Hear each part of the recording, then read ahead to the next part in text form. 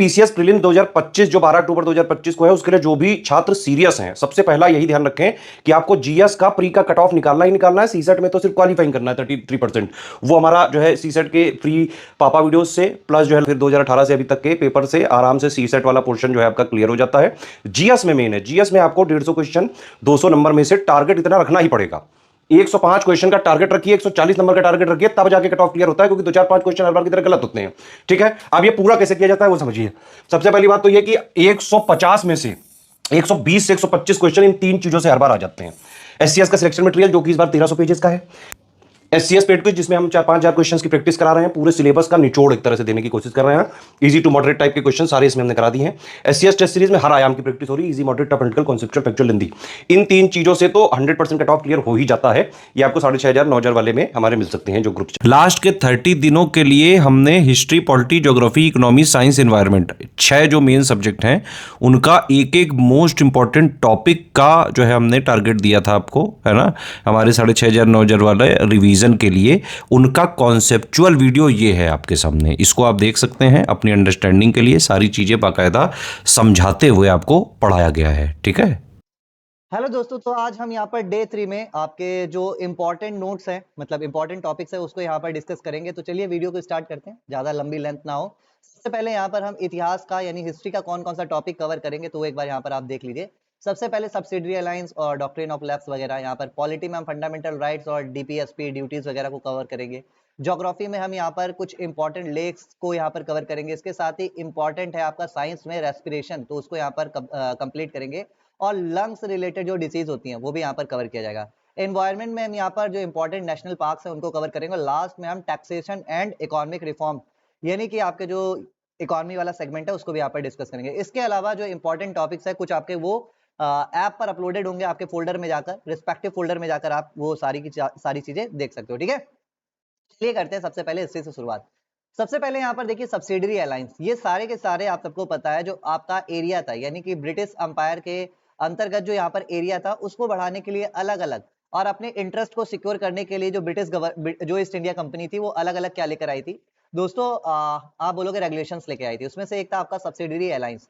इसमें सबसे पहले ये लाया कौन था, तो याद रखिएगा सब्सिडरी अलायंस आपके 1798 1805 के बीच में लॉर्ड वेलेस्ली जो इंडिया में आए थे वो लेकर आए थे। लेकिन याद रखिएगा इसकी जो शुरुआत थी वो कहीं ना कहीं आप देखने में मिलता है आपका जो डुप्ले था फ्रांसीसी गवर्नर, उसके टाइम पर ये स्टार्ट हुआ था।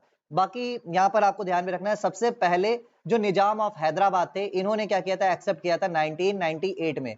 इसके बाद आपका सेकंड नंबर पर बच्चे कौन था, तो आप बोलोगे सर सेकंड नंबर पर आपका मैसूर था 1798, उसके बाद 1799। तंजौर आपका तीसरा था। अच्छा, ऐसा मैं क्यों कह रहा हूं, क्योंकि ये आपको क्रोनोलॉजिकली पूछा जा सकता है।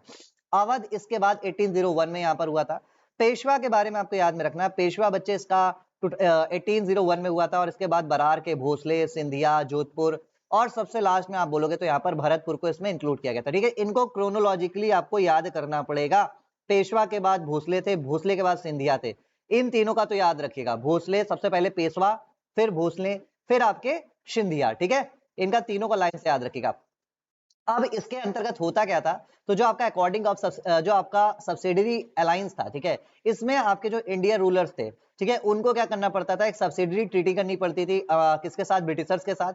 और इसके बाद वो एग्री करता था कुछ कंडीशंस को, जैसे कि आर्मी, जो ब्रिटिश आर्मी है वो भारतीय राजा के खर्चे पर उसी के दरबार में रहेगी। सबसे इंपॉर्टेंट इसका यही वाला प्रोविजन था, ये बात आपको ध्यान में रखनी है। फिर इसके बाद 2 कदम आगे बढ़ते हैं और आपका आता है डॉक्ट्रिन ऑफ लैप्स। कौन लेकर आता है, तो आप बोलोगे लॉर्ड डलहौजी लेकर आते हैं 1848 में। इसमें आपको लाइन से याद में रखना है भाई कि कौन कौन से जो प्रोविंस थे उनको इसमें इंक्लूड कर लिया गया था। सबसे पहले आपका सतारा, इसके बाद जैतपुर, फिर आपका संबलपुर। ठीक है, जैतपुर और संबलपुर दोनों आपके 1849 में हुए थे। देन आपका क्या हुआ था, आप बोलोगे सर बघाट हुआ था। बघाट के बाद आपका उदयपुर, झांसी आपका 1853 में हुआ था। नागपुर आपका 1854 में हुआ था। और आपका अवध, अवध आपका 1856 में हुआ था। लेकिन अवध में जो रीजन दिया गया था वो दिया गया था यहाँ पर बैड गवर्नेंस को, है ना, बैड यानी पुअर गवर्नेंस का हवाला देकर आपके अवध को एनेक्स कर लिया गया था। याद रखिएगा जेम्स आउटरम की रिपोर्ट को बेस बनाकर। ठीक है, और ये सारी चीजें कारण बनती है आपके 1857 के रिवोल्ट का। बात समझ में आ गई। इसके बाद कुछ जो इंपॉर्टेंट रेगुलेशंस आए थे, जैसे सबसे पहला रेगुलेशन था आपका 1773 का रेगुलेटिंग एक्ट। अब इसमें आपको ध्यान में रखना है, ठीक है, इसे ईस्ट इंडिया कंपनी अधिनियम 1772 भी कहा जाता था। ठीक है, ये बात आपको ध्यान में रखना है।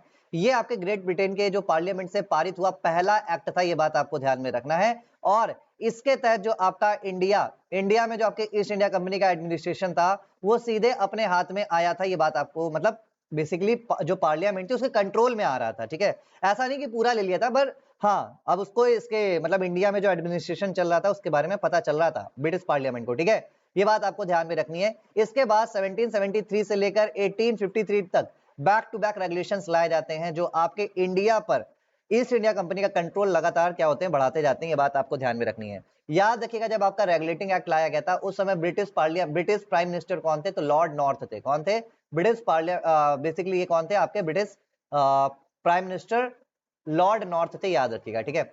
इसके बाद आपका जो गवर्नर जनरल ऑफ बेसिकली तो जो आपका गवर्नर ऑफ बंगाल था उसको क्या गवर्नर जनरल का टाइटल दे दिया गया, और बाकी के जो गवर्नर जनरल थे आपके किसके, मद्रास और किसके, आप बोलोगे बॉम्बे के, उनको इसका क्या बना दिया गया, जूनियर बना दिया गया। ये बात आपको ध्यान में रखनी है, ठीक है। उनको इसका क्या बना दिया गया मित्रों, जूनियर बना दिया गया था। इसके अलावा 1773 ये वाला मैंने आपको पहले बता दिया। इसके अलावा 1774 में आपका एक सुप्रीम कोर्ट भी कॉन्स्टिट्यूट किया गया था जिसके पहले चीफ जस्टिस कौन थे, एलिजा एम्पे थे। ये बात आपको ध्यान में रखनी है। और फर्स्ट चीफ, ये बेसिकली क्या थे, फर्स्ट चीफ जस्टिस ऑफ आपके सुप्रीम कोर्ट थे, ठीक है, 1774 वाले। फिर आता है आपका Pitt's India act. Pitt's India का आपको एक प्रोविजन याद रखना है कि इसने बोर्ड ऑफ कंट्रोल को क्या किया था, स्टैब्लिश किया था, यानी नियंत्रण परिषद को, ठीक है ना। इसने आपका पहली बात तो डायरकी को स्टैब्लिश किया था इंडिया में।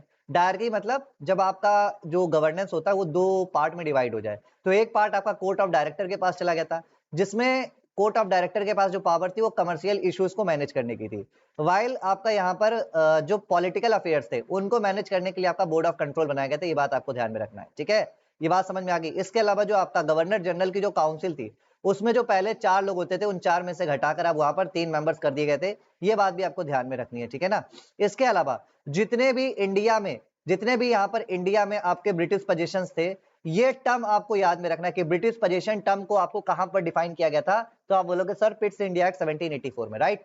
इसके बाद दोस्तों क्या आता है, अच्छा इस समय आपके जो प्राइम मिनिस्टर थे वो कौन थे, विलियम पिट थे, क्योंकि उन्हीं के नाम पर आया गया था। इसके बाद चार्टर एक्ट 1793 आता है। कॉर्नवालिस बेसिकली इसको कहते हैं जबरदस्ती, मतलब कॉर्नवालिस ने यहाँ पर बहुत ज्यादा फोर्स किया था कंपनी को, पार्लियामेंट को, कि भाई आप ऐसा एक्ट लेकर आओ और यहाँ पर बहुत सारी चीजें डिफाइन करके दो, ठीक है। तो 20 सालों के लिए सबसे पहले तो कंपनी का जो ट्रेड था उसको एक्सटेंड कर दिया गया था कि 20 साल तक आपको जो मर्जी आप करो, कोई दिक्कत नहीं है, ठीक है। इसके बाद जो आपके बॉम्बे और मद्रास के जो गवर्नर्स थे उनको पूरी तरह से सबऑर्डिनेट बना दिया गया था, किसके अंतर, तो आप बोलोगे बंगाल के गवर्नर जनरल के अंतर्गत, ठीक है। कॉर्नवालिस क्योंकि बंगाल के गवर्नर जनरल थे तो वो चाहते थे सारी पावर उनके पास हो, ठीक है। ये बात आपको ध्यान में रखनी है, ठीक है ना।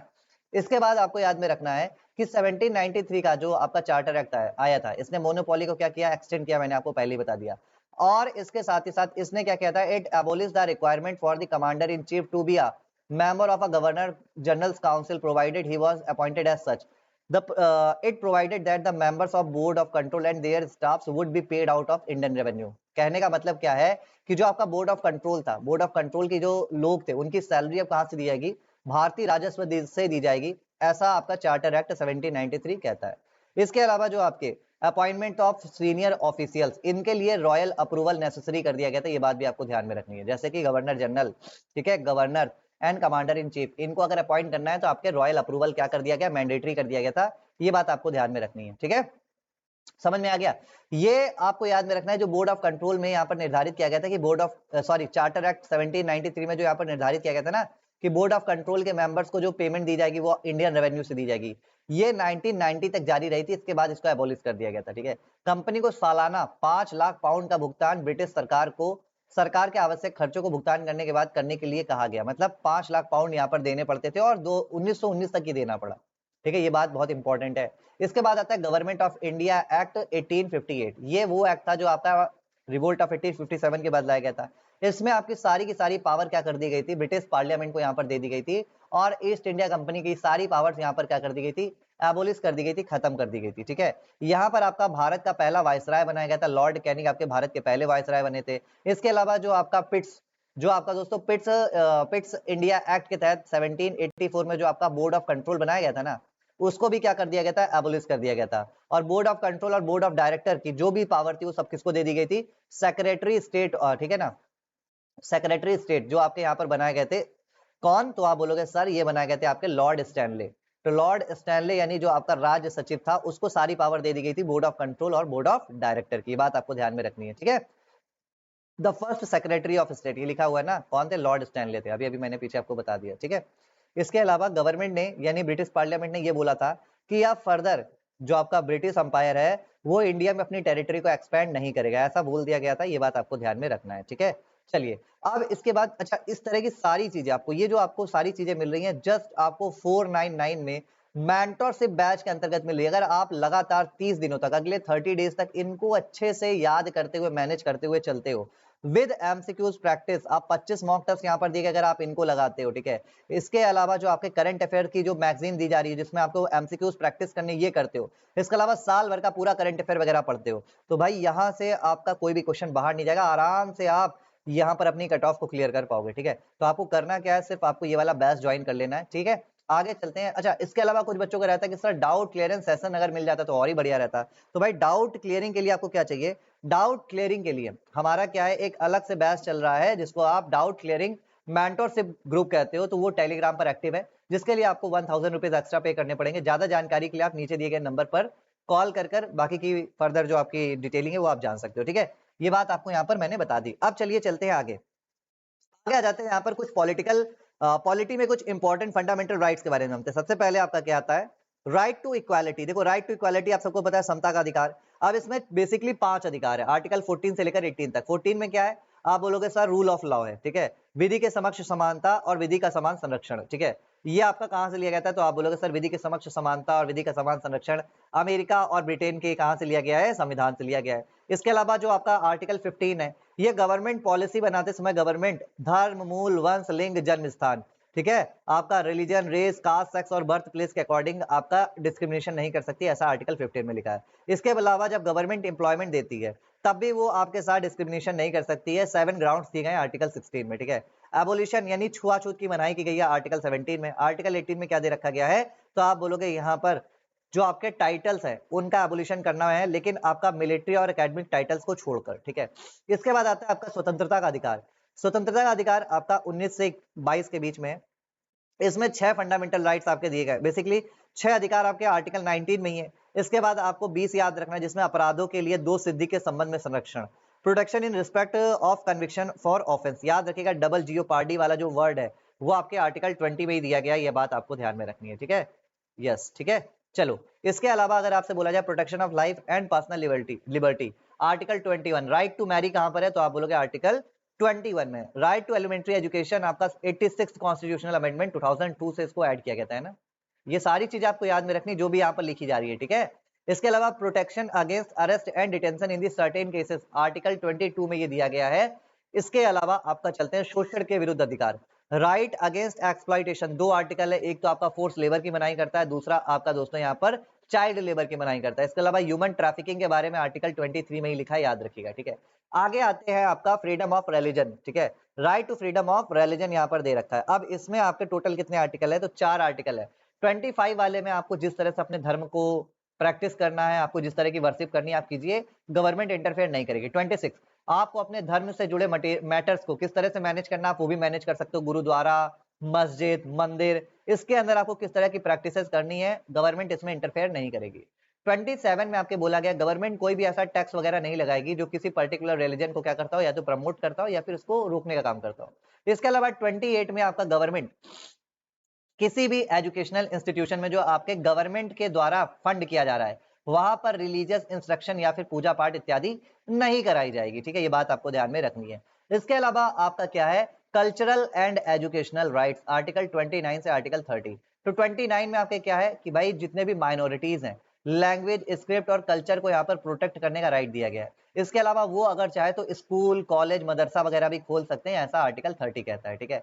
इसके बाद आता है आपका राइट टू कॉन्स्टिट्यूशनल रेमेडी, सबसे इंपॉर्टेंट आर्टिकल, आर्टिकल 32। अब इसमें आपके क्या दे रखा है? सुप्रीम कोर्ट, अगर आपका फंडामेंटल राइट्स क्या होता है वायलेट होता है, you can directly approach to the supreme court. आप सीधे सुप्रीम कोर्ट जा सकते हो और सुप्रीम कोर्ट आपका आर्टिकल 32 का यूज कर 5 टाइप्स ऑफ रिट्स क्या करेगी? इशू करेगी। ये 5 प्रकार की रिट्स कौन सी है? बंदी प्रत्यक्षीकरण, हैबियस कॉर्पस, मैंडामेस परमादेश, ठीक है, प्रोहिबिशन प्रतिषेध, सर्सियोररी आपका उत्प्रेषण रिट, ठीक है। इसके अलावा क्यों वारंटो आपका अधिकार परीक्षा, ठीक है, याद रखिएगा।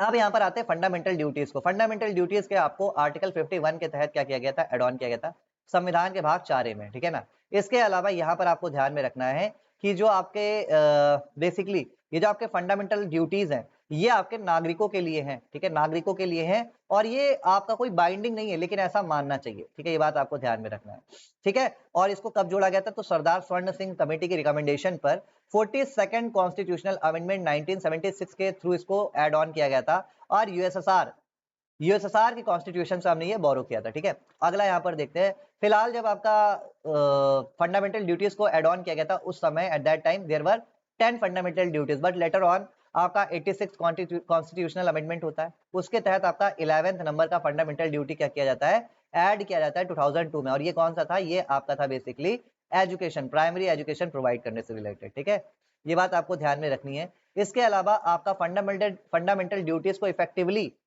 इफेक्टिवली दोस्तों इसको लागू करने के लिए आपकी एक कमेटी बनाई गई थी, जेएस वर्मा कमेटी 1999 में, ये याद रखिएगा, ठीक है ना। तो प्रेजेंट में आपके कितने, तो आप बोलोगे सर प्रेजेंट में अभी आपके पास 11 फंडामेंटल ड्यूटी से याद रखेंगे, ठीक है। अब यहाँ पर आते हैं डीपीएसपी, अगेन बहुत ही इंपॉर्टेंट है, part 4 of the Indian constitution talks about the directive principle of the state policy, DPSP. First of all हमें याद में रखना है कि we have borrowed it from the Irish constitution, हमने इसको कहां से लिया था, हमने इसको आयरलैंड के संविधान से लिया था, राइट, याद रखिएगा। और आयरलैंड ने कहां से लिया था, Ireland had borrowed it from the Spain, ठीक है, उसने इसको कहां से लिया था, स्पेन से लिया था, ठीक है। इसमें कहां से कहां तक आर्टिकल है, सो बेसिकली आर्टिकल 36 से लेकर 51, 36 से लेकर 51 तक आपका फंडामेंटल बेसिकली डीपीएसपी के बारे में बात की गई, याद रखेंगे, ठीक है। अब इसमें आपको 1937 में कहां से लिया गया, सब आपको पहले ही बता दिया गया, ठीक है।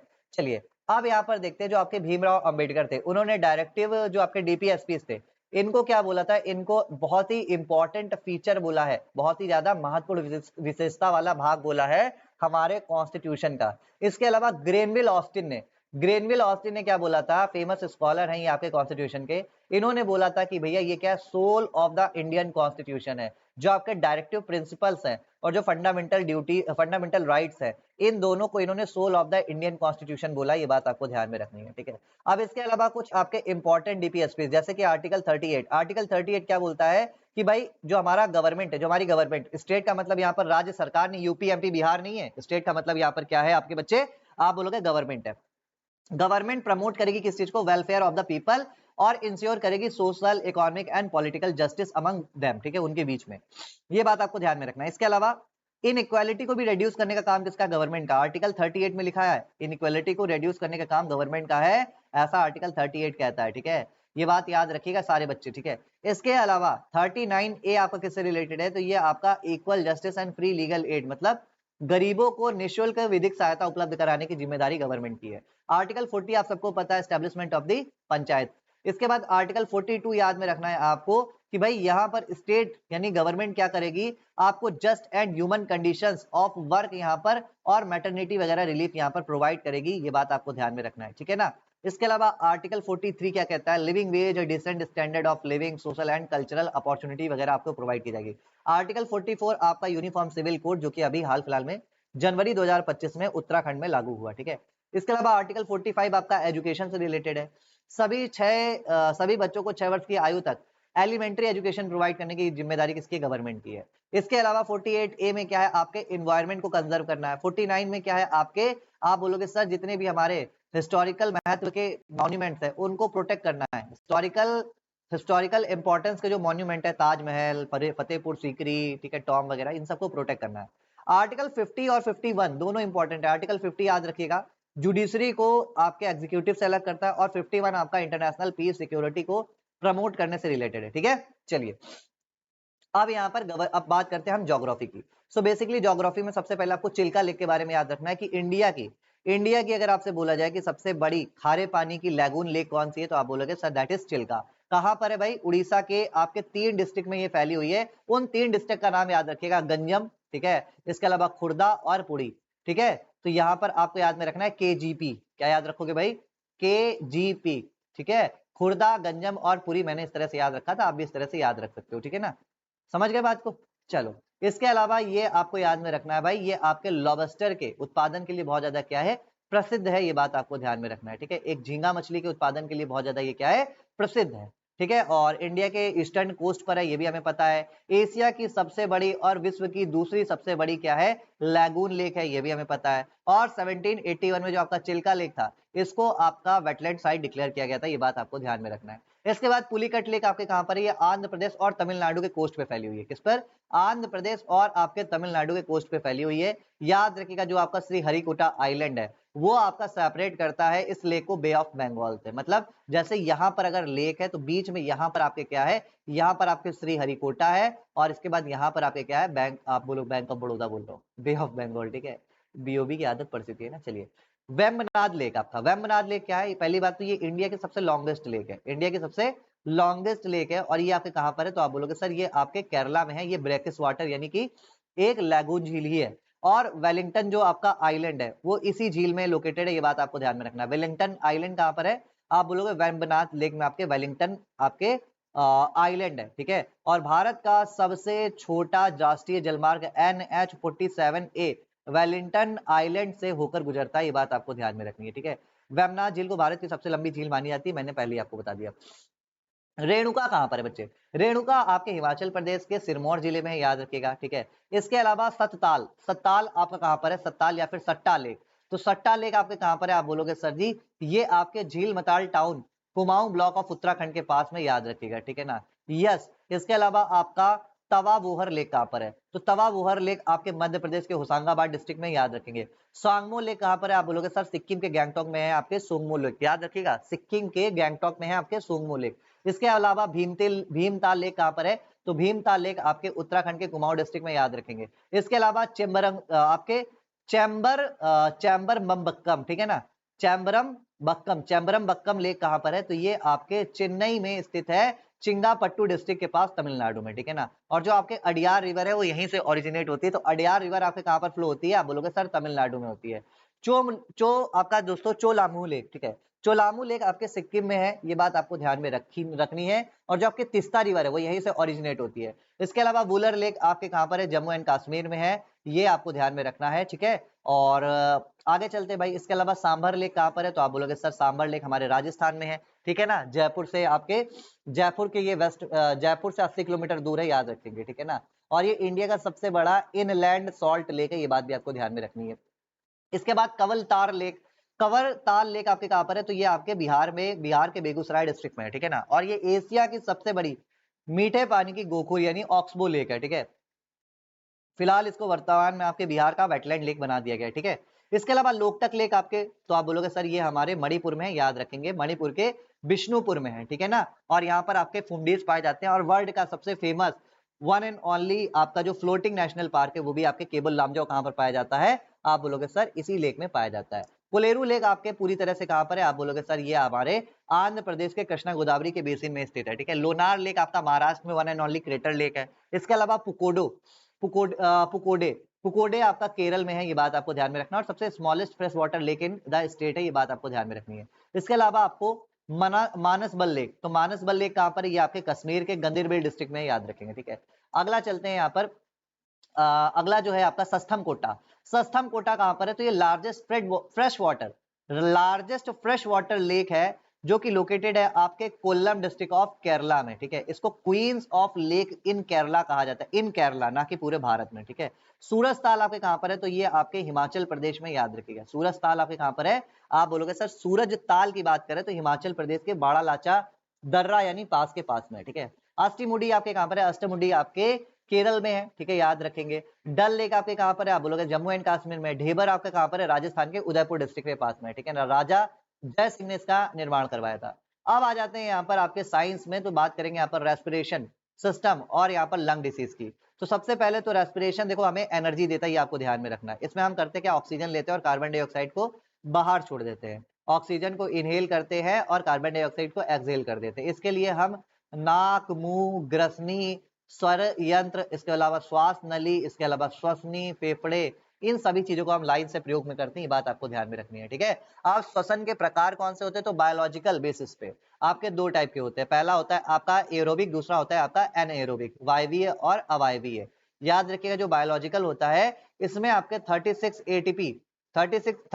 एटीपी आपके बनते हैं और आपको एनर्जी मिलती है। ऑक्सीजन की प्रेजेंस में यहाँ पर आपके क्या होता है, आप बोलोगे रेस्पिरेशन होता है। और ऑक्सीजन, जब ऑक्सीजन ना हो और उसकी एब्सेंस में आपके जो भी रेस्पिरेशन होता है उसको हम क्या कहते हैं, आपको एनएरोबिक रेस्पिरेशन कहते हैं, जिसको अवायवीय श्वसन कहते हैं। और इसमें 2 एटीपी प्रति ग्लूकोज बनता है, नहीं बहुत ही कम मात्रा में आपकी एनर्जी बनती है, ठीक है। पीछे भी इंग्लिश में सेम चीजें लिखी है, परेशान नहीं होइएगा, ठीक है। इसके अलावा शारीरिक दृष्टिकोण से आपके एक होता है बाह्य श्वसन, आंतरिक श्वसन और कोशिकीय श्वसन। तो बाह्य श्वसन मतलब क्या होता है, जब फेफड़ों और रक्त के बीच ऑक्सीजन और कार्बन डाइऑक्साइड गैसेस का क्या होता है, एक्सचेंज होता है, उसे हम क्या कहते हैं, बाह्य श्वसन। इसके बाद फेफड़ों और आपके ब्लड वेसल्स के बीच ऑक्सीजन का और कार्बन डाइऑक्साइड का क्या होता है, इंपोर्ट एक्सपोर्ट होता है या फिर ट्रांसपोर्टेशन होता है, उसको हम कहते हैं इंटरनल रेस्पिरेशन। फिर होता है आपका सेल रेस्पिरेशन। तो ये आपके कोशिका में होने वाले क्या है, आप बोलोगे रेस्पिरेशन है, और यहीं पर आपका एनर्जी बनती है, पूरा शरीर आपका यहीं से चलता है, ये बात ध्यान में रखिएगा, ठीक है ना। आगे यहाँ पर आपके सेम चीज लिखी हुई है, आप समझ गए। अब फेफड़ों से रिलेटेड जो कॉमन डिसीज है, इसमें आपको सबसे पहले तो याद में रखना है क्रोनिक ऑब्स्ट्रक्टिव पल्मोनरी डिसीज, जिसे आप सीओपीडी कहते हो। कई बार डायरेक्टली पूछा जाता है सीओपीडी किससे रिलेटेड है, बच्चा कंफ्यूज कि सीओपीडी होगा का कार्डियोवास्कुलर हो जाएगा, क्या हो जाएगा। तो कार्डियोवास्कुलर से अगर उसने स्टार्ट कर दिया तो बात ही खत्म होगी, क्योंकि वो दिल में चला जाएगा, और ये है किसकी, फेफड़े की है, तो बच्चा यहीं खत्म, ठीक है। क्रॉनिक ऑब्स्ट्रक्टिव पल्मोनरी डिसीज इसको बोला जाता है, लंग कैंसर बोला जाता है, निमोनिया बोला जाता है, ट्यूबरक्लोसिस बोला जाता है। ये सारी की सारी आपके क्या है, अलग अलग टाइप की डिसीज हैं जो आपके होती हैं कॉमन किससे, लंग से जुड़ी हुई। Asthma, COPD, lung cancer, pneumonia, tuberculosis, ठीक है, ये सारी है, ये आपके लंग से रिलेटेड डिसीज हैं। इसके अलावा कुछ और भी, जैसे फाइब्रोसिस, जो कॉटन इंडस्ट्री वगैरह में काम करते हैं ना, उनको फाइब्रोसिस होता है, ठीक है। इसके अलावा ब्रोंकाइटिस होता है, ठीक है। इसके अलावा आपका ब्रोंकाइटिस भी होता है, इस ब्रोंकाइटिस, ठीक है। चलो, ब्रोंकाइटिस और ब्रोंकाइटिस, ठीक है। इसके अलावा पल्मोनरी हाइपरटेंशन भी होता है। तो ये सारी आपकी क्या है, ये आपकी सारी की सारी लंग से रिलेटेड डिसीजेस हैं। अब यहाँ पर आ जाते हैं नेशनल और आपके जितने भी इंपॉर्टेंट वाले नेशनल पार्क्स हैं, उनको यहाँ पर डिस्कस करेंगे। देखो, national parks in India are IUCN category 2 protected areas. कौन सा है, तो आप बोलोगे सर आपने बोला कैटेगरी 2, पेपर में डायरेक्ट आएगा। नेशनल पार्क जो इंडिया में बनाया गया है वो IUCN की किस कैटेगरी में आते हैं, आप बोलोगे सर कैटेगरी 2 में आते हैं, ठीक है।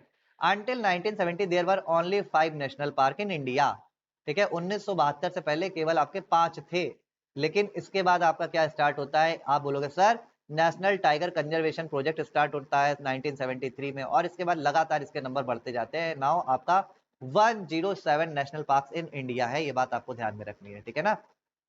टोटल नेशनल पार्क कितने हैं, तो आप एक सेकेंड, यहाँ पर मुझे थोड़ा सा डाउट हो रहा है, क्योंकि जहां तक आपके 108 हो चुके हैं। चलो, फिलहाल आपको याद में रखना है, फिलहाल 107 लिखा है, तो अभी आप फिलहाल 107 ही आपको याद रखो, ठीक है। 107 नेशनल पार्क है अभी फिलहाल के लिए, ठीक है, बिल्कुल अपडेटेड है ये। चलो, इसके अलावा important facts related to the national park, जैसे सबसे लार्जेस्ट नेशनल पार्क कौन सा है, तो आप बोलोगे हैमिस नेशनल पार्क, डायरेक्ट आता है इसी तरह से, नेशनल पार्क जो कि आपके लद्दाख में है, ठीक है ना। इसके अलावा सबसे स्मॉलेस्ट नेशनल पार्क कौन सा है, तो साउथ बटन आइलैंड में आपके south button island national park, जो कि आपके अंडमान और निकोबार में सबसे छोटा नेशनल पार्क है, ठीक है। पहला मरीन नेशनल पार्क आपका क्या है, gulf of Kutch marine national park है, जो कि आपके 1982 में बनाया गया था। और वर्ल्ड का ओनली फ्लोटिंग नेशनल पार्क मैंने पीछे बताया आपका केबुल लामजाओ मणिपुर आपके है, ठीक है। सबसे ओल्डेस्ट नेशनल पार्क आपका कौन सा है इन इंडिया, तो आप बोलोगे जिम कॉर्बेट नेशनल पार्क, जिसको 1936 में बनाया गया था, पहले इसका नाम हैली नेशनल पार्क था, ठीक है। इसके अलावा ईस्टर्न मोस्ट, सबसे पूर्वोत्तर में स्थित आपका नेशनल पार्क कौन सा है, तो नामदफा नेशनल पार्क है, जो कि आपके कहां पर है, अरुणाचल प्रदेश में। नॉर्दर्न मोस्ट, सबसे उत्तर में आपके जो नेशनल पार्क है वो कौन सा है, दाचीगा में, जो कि आपके जम्मू कश्मीर में है। सबसे वेस्टर्न मोस्ट आपका गल्फ ऑफ कच्छ में, जो कि है मरीन नेशनल पार्क, आपका 1982 में बनाया गया वो है, ठीक है ना। भारत का सबसे पश्चिमी राष्ट्रीय उद्यान। इसके बाद सबसे दक्षिण में कौन सा है, तो आपका गलेथिया बे नेशनल पार्क है, जो आपके कहां पर है, गलेथिया बे कहां पर पड़ता है, आप बोलोगे सर ये अंडमान निकोबार आइलैंड के साउथ में पड़ता है, बस वहीं पर है आपका गलेथिया बे नेशनल पार्क, याद रखेंगे, ठीक है। तो सदर्न मोस्ट नेशनल पार्क और मेन लाइन इंडिया में, अगर मेन लाइन इंडिया की बात करें तो गल्फ ऑफ मन्नार हो जाएगा, ठीक है, ये बात आपको ध्यान में रखनी है। अब इसके अलावा हैबिस नेशनल पार्क आपको याद रखना है, सबसे बड़ा है, सबसे बड़ा है, 1981 में बनाया गया था लद्दाख में, ठीक है, हिम तेंदुए के लिए जाना जाता है। इसके अलावा डेजर्ट नेशनल पार्क आपका 1981 में है, 3162 किलोमीटर स्क्वायर एरिया पे फैला हुआ राजस्थान में, ठीक है ना। इसके अलावा बच्चे आपका सिमलीपाल नेशनल पार्क उड़ीसा में है, याद रखेगा। रॉयल बंगाल टाइगर और एशियन एलिफेंट के लिए जाना जाता है, 2005 में स्टैब्लिश किया था। गंगोत्री नेशनल पार्क आपके उत्तराखंड में, आपको ध्यान में रखना है। गोमुख ग्लेशियर से यहाँ पर आपके गंगोत्री निकलती है, 1989 में इसको स्टैब्लिश किया गया था। नाम दफा आपका ईस्टर्न मोस्ट, तो आप बोलोगे 1974 में बनाया गया था, और ये बच्चे आपके अरुणाचल प्रदेश में, ठीक है।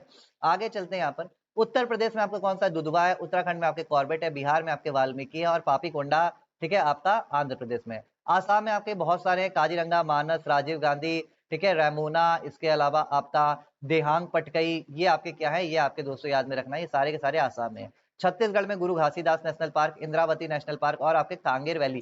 कांगेर वैली कई बार बच्चे हिमाचल वगैरह लगाए जाते हैं, लेकिन कांगेर वैली आपका कहाँ पर है, छत्तीसगढ़ में, याद रखेंगे, ठीक है। गोवा में क्या है, मौलेम है। गुजरात में गिर नेशनल पार्क है। हरियाणा में कालेसर मानेसर नेशनल पार्क है। हिमाचल प्रदेश में पिन वैली है। झारखंड में आपका बेतला, बेतला याद रखिएगा, झारखंड, ठीक है, बेतला आपका झारखंड हो गया। इसके अलावा बांदीपुर में आपके कर्नाटक, ठीक है, बांदीपुर नेशनल पार्क आपका कर्नाटक में। नागरहोल आपका, अंसी, डांडेली, ये सारे आपके कहां पर है, कर्नाटक में। अगला यहाँ पर केरल में आपका पेरियार नेशनल पार्क है। इसके अलावा साइलेंट वैली है, बहुत बार पूछा गया है। आपका Bandhavgarh national park, Sanjay national park, Kanha national park, Kuno national park, Panna national park, ये सारे के सारे आपके कहां पर है, मध्य प्रदेश में। महाराष्ट्र में आपके चंदौली हो गया, पेंच हो गया, इसके अलावा संजय गांधी। मणिपुर का केबुल लामजाओ, और मिजोरम का आपका फामपुई, कई बार पूछा गया, फामपुई ब्लू माउंटेन्स कहां पर है, मिजोरम में, ठीक है। अगला नागालैंड में दोस्तों कौन सा है, तो इतांकी, इतांकी पूछा जाता है डायरेक्टली नागालैंड में, ठीक है। नॉर्थ ईस्ट के इंपॉर्टेंट है। भीतरकनिका आपको पता है, सिमलीपाल आपको पता है, केवल केवला देव घाना नेशनल पार्क आपको पता है, सिक्किम भी आपको पता है, और तमिलनाडु भी बच्चे आपको पता है, ठीक है। आगे चलते हैं यहाँ पर, पश्चिम बंगाल में जल्दापाड़ा नेशनल पार्क, न्योरावली, न्योरावली आपसे पूछा जाता है, न्योरावली नेशनल पार्क कहाँ पर है, इंसान भूल जाता है, बच्चा भूल जाता है, वेस्ट बंगाल में, कहाँ पर है, न्योरावली, NVBW, आप बोलोगे सर जी वेस्ट बंगाल में। अंडमान निकोबार में आपका गैलेथिया बे हो गया, कैंपेबल बे हो गया, इनको याद रखिएगा। माउंट हैरियट याद रखिएगा, पूछा जा सकता है, ठीक है। सैडल पीक तो आपको पता ही है, अंडमान निकोबार की सबसे हाईएस्ट पीक है ना। जम्मू कश्मीर में आपका सलीम अली नेशनल पार्क हो गया, दाचिगाम सबसे नॉर्दर्न मोस्ट।